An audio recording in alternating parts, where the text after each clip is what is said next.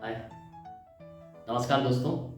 Communication skill के topic पे हम बात कर रहे हैं। उसमें से एक बहुत महत्वपूर्ण सूत्र है VAK मॉडलिटी, मतलब कि विजुअल, ऑडिटरी और कैनेस्थेटिक।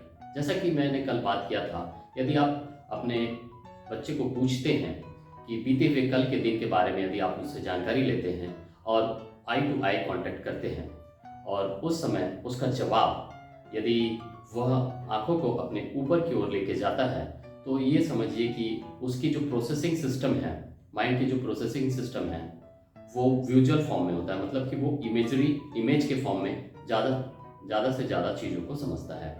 सेकंड, यदि उसके आई का मूवमेंट साइडवर्ड होता है, साइड में यदि वो आंखों को लेके जाता है, तो उसका समझने का सिस्टम जो है ऑडिटरी फॉर्म का है।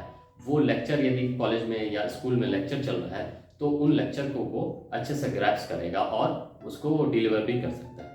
तो ये सेकंड टाइप की पर्सनालिटी हो गई।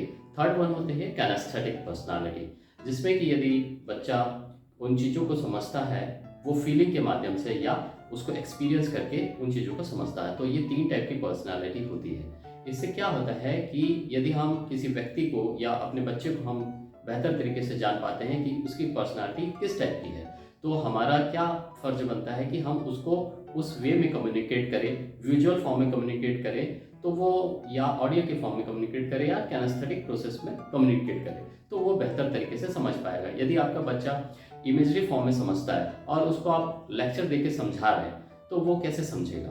तो आपको क्या है, लेक्चर तो देना है, उसके साथ साथ में आपको क्या करना है, इमेज के फॉर्म में उसे समझाना है, तो वो बेहतर तरीके से समझ सकेगा।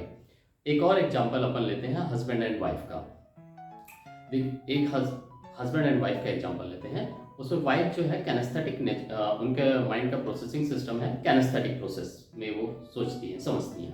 और हस्बैंड जो है ऑडिटरी फॉर्म में समझता है। तो वाइफ जो है हस्बैंड से कहती है कि तुमने मुझे तो आई लव यू कहा है नहीं। तो हस्बैंड कहता है, मैं दिन में तुम्हें 100 बार आई लव यू कहता हूँ और तुम हो कि मुझे ऐसा कह रही हो।